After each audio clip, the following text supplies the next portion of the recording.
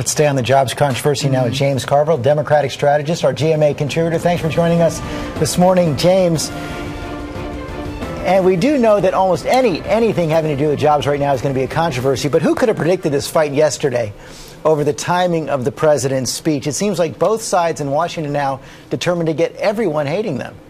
It does. And the last thing that the White House needed was to appear to cave in to the Speaker. And that's what happened. The last thing the Congress needed and the White House was to have a spat that looks like they couldn't resolve anything. I mean, there might be a good explanation for how this came down. I haven't heard it, and I've read everything I could before I came on the air this morning. I mean, and this is, you know, it's a tendency to say, well, it's just a little spat between the two, and they got it resolved 24 hours later. But I think this is just going to reinforce a lot of perceptions that already exist out there. But it's not a good thing. And if scheduling a speech is this difficult, it's pretty hard to see them getting an agreement on how to confront the jobs crisis, which presents a real dilemma to President Obama when he does give this speech next week. I know he's getting advice on both sides. Some say come out with a huge, ambitious program that's going to appeal especially to Democrats, show your vision. Others say, no, grab more of a middle ground with more targeted proposals that might get some bipartisan support. Which one makes sense to you?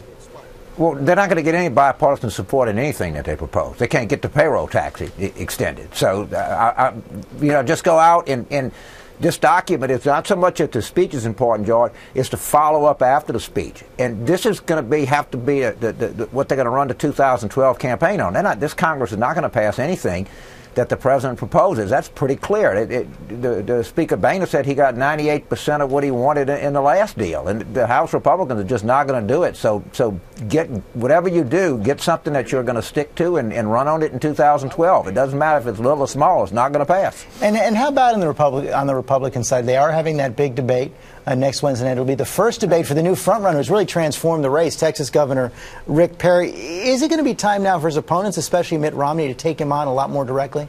You know, we saw Palin really suffer as a result of just one debate. I've never seen anybody take a hit as a result of a debate performance like that. When he didn't attack Romney. When he didn't attack Romney, exactly right. I think the stakes are high. I think the best solution that came up with is that they should have done the speech the night of the debate and then do the debate after the speech, of which the sponsor of the debate offered to do. It would have been very interesting to see these Republican candidates have to respond in almost real time to what the president said. Now they're going to have a date, to get ready and prepare for it. I thought that would have been a good solution to this, and with no possible conflict with football or anything else. But that's not going to happen.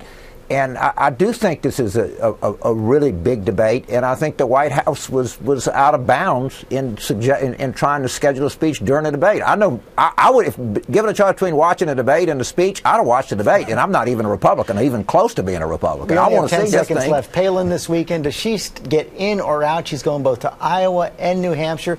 Is this just more of the celebrity game, or do you agree with Karl Rove that she might actually get in this thing? You know what? I kind of more agree with Karl Rove than not, but I don't think Karl has any idea, neither do I. I'm not sure that Sarah Palin has any idea, to be honest with you. Will she be a factor if she gets in?